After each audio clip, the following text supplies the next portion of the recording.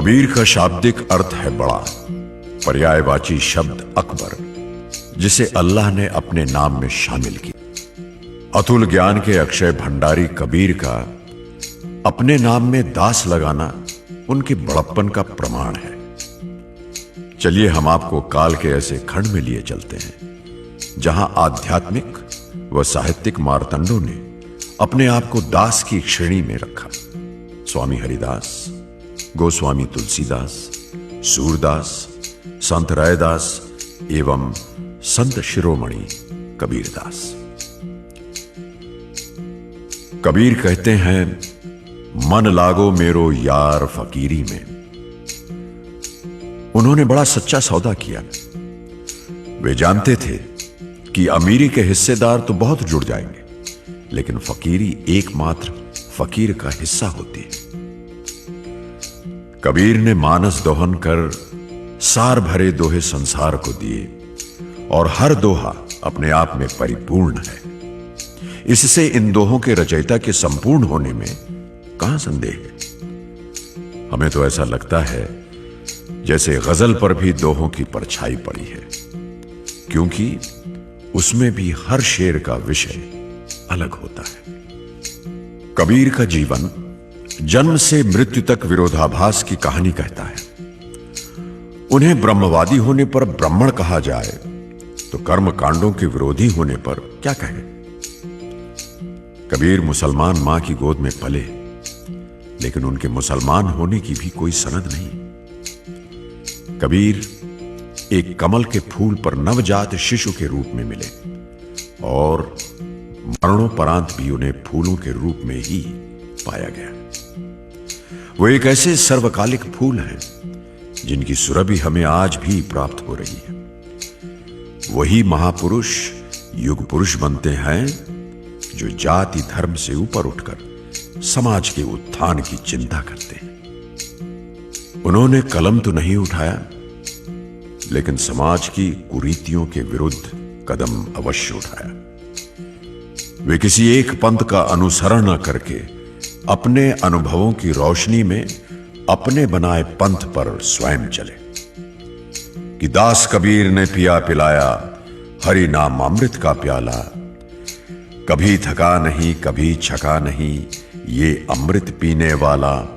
सर्वधर्म समभाव को लेकर जो कबीर ने स्थापित की, पहले से भी अधिक चल रही वो आध्यात्मिक मधुशाला। समय कबीर को अपनी परिधि में नहीं बांध पाया, ना ही उन्होंने रूढ़ियों के जीर्ण शीर्ण वस्त्रों को धारण किया। उन्होंने जैसे तैसे एक ही शब्द लिखना सीखा था, वो था राम। अब राम के आगे जानने को और क्या शेष रह जाता है। संयोग की बात है कि गुरु भी मिले तो रामानंद।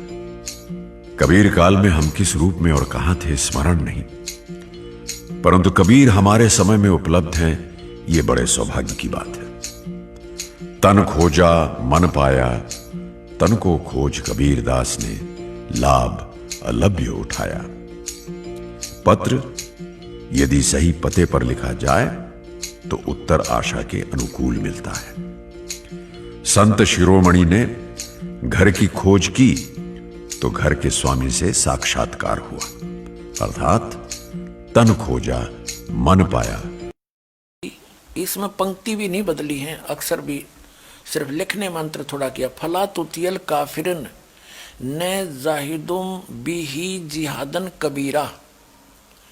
कबीर कहो कबीरा कहो कबीरन कहो, खबीरा कहो खबीरन कहो। तो इसमें स्पष्ट है ये कबीरा, और इसका यहां अनुवाद किया है। इसके साथ में ये 52वीं आयत का अनुवाद चला है। तो तुम काफरों का कहा न मानो, उनसे इस कुरान के हुक्म के मुताबिक बड़े जोर से लड़ो। अब उन कबीर का अर्थ बड़ा कर दिया। अब हम फिर कुरान शरीफ को लेते हैं। ये पवित्र कुरान शरीफ है, यहाँ से देखिएगा। उसमें से हमने ये निर्णय करना था कबीर और कबीरा और कबीरन। ये कुरान शरीफ फिर ले ली हमने, सूरत फुरकानी 25 और 604 पृष्ठ पे हम आगे ये नीचे आएंगे। ये 52 नंबर आयत है, 51 यहाँ समाप्त हुआ, 52 प्रारंभ हुआ। फला तुतियल काफिरिन व जिहादुम बिही जिहादन कबीरन। इसका अनुवाद बिल्कुल सामने किया है। ये अनुवाद करता भी मुसलमान भाई है कोई। तो ए पैगंबर, ये कुरान शरीफ का ज्ञान दाता बोल रहा है। तो ए पैगंबर, तुम काफिरों का कहा न मानना और इस कुरान की दलीलों से उनका सामना बड़े जोर से करो। अब देखो, जिहाद का अर्थ लड़ाई नहीं है, ये अनुवाद बिल्कुल सही किया इसने। उनका सामना करो बड़े जोर के साथ, संघर्ष करो, उनकी बातों में मत आना। अब इसका कहने का तात्पर्य ये है इस कुरान शरीफ की इस आयत का कि कुरान शरीफ का ज्ञान दाता हजरत मोहम्मद जी को संदेश भेज रहा है जिब्रील देवता के माध्यम से या कोई अन्य तरीके से, एज इट इज।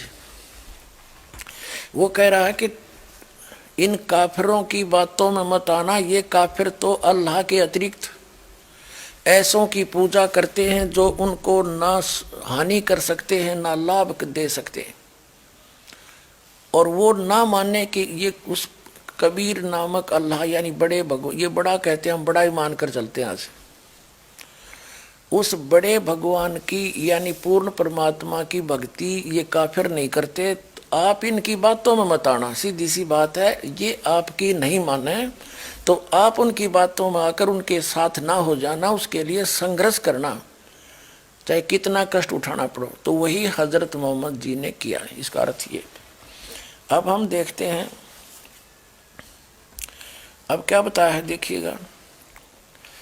तो ए पैगंबर, तुम काफिरों का कहा न मानना और इस कुरान की दलीलों से उनका सामना बड़े जोर से करो। ये बिल्कुल सही, इन्होंने कबीर का अर्थ बड़ा कर दिया, ठीक है।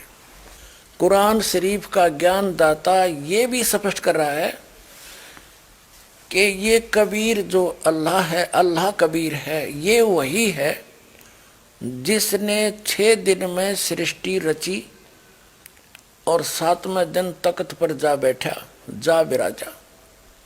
इससे ये सिद्ध होगा आपके समक्ष कि कुरान शरीफ का ज्ञान दाता अपने से अन्य कोई बड़े परमात्मा की महिमा सुना रहा है हजरत मोहम्मद को। इससे ये सिद्ध हो जाएगा कि कुरान शरीफ का ज्ञान दाता अल्लाह अकबर नहीं है। अब देखना, अब हम 607 पृष्ठ पर पढ़ रहे हैं, सूरत फुरकान 25 आयत नंबर 52 हमने पहले पढ़ ली, अब 53 पढ़ते हैं। और वही है जिसने 2 दरियाओं को मिला चलाया, एक का पानी मीठा प्यास बुझाने वाला और एक का खारी कड़वा, और दोनों में एक आड़ और मजबूत रोक बना दी। 53 पढ़ ली, अब 54 पढ़ेंगे। और वही है जिसने पानी की बूंद से आदमी को पैदा किया, फिर उसको साहिबे नसीब यानी किसी का बेटा या बेटी और ससुराल वाला यानी किसी का दामाद बहू बनाया। और तुम्हारा परवरदिगार हर चीज करने पर शक्तिमान है। और अब 55 आयत पढ़ेंगे। और काफिर अल्लाह के सिवा ऐसों को पूजते हैं जो न उनको नफा पहुंचा सकते हैं और न उनको नुकसान पहुंचा सकते हैं। और काफिर तो अपने परवरदिगार से पीठ दिए हुए हैं, मुंह मोड़े हैं। और ए पैगंबर, हमने तुमको खुशखबरी सुनाने, सिर्फ अजाब से डराने के लिए भेजा है। इन लोगों से कहो कि मैं तुमसे इस अल्लाह के हुक्म पर कुछ मजदूरी नहीं मांगता। हाँ, जो चाहे अपने परवरदिगार तक पहुंचने की राह इख्तियार कर ले। और ए पैगंबर, उस जिंदा पर भरोसा रखो। ये चैतन्य अर्थ गलत किया है। इसका वास्तविकता क्या है कि पूर्ण परमात्मा अल्लाह अकबर जिंदा महात्मा का रूप बनाकर आए थे और हजरत मोहम्मद जी को मिले थे।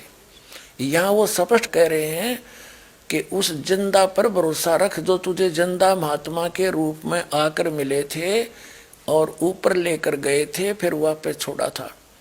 दो प्रकार से ऊपर गए थे हजरत मोहम्मद, एक प्रकार का मुसलमान भाइयों को ज्ञान नहीं। अब यही पढ़ते हैं, पहले इससे कंसेप्ट क्लियर करते हैं। और उस जिंदा पर अब हम 58वीं आयत पढ़ रहे हैं, 57वीं पढ़ ली। ए पैगंबर, उस जिंदा पर भरोसा रखो जो कभी मरने वाला नहीं है, अर्थात वो अविनाशी है, और तारीफ के साथ उसकी पाकी बयान करते रहो और अपने बंदों के गुनाहों से वह काफ़ी खबरदार है, यानी उनकी सब गुनाहों को माफ़ कर सकता है, वो समर्थ है। अब 59वीं आयत है ये, 58वीं समाप्त हुई।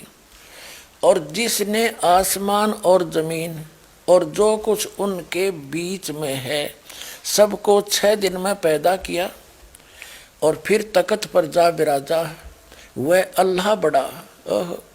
इन्होंने कबीर का अर्थ बड़ा कर दिया, वो अल्लाह बड़ा, वो अल्लाह कबीर कह दे हम कोई बात नहीं, अनुवाद ना करें।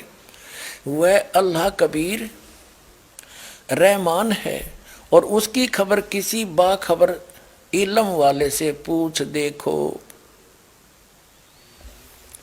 कुरान शरीफ के ज्ञानदाता ने स्पष्ट कर दिया है कि मैं नहीं जानता उस अल्लाह कबीर के बारे में। 6 दिन में सबको 6 दिन में पैदा किया, फिर तख्त पर जा विराजा, हुए अल्लाह कबीर है। हम इसको कबीर बोल देंगे, कोई दिक्कत नहीं।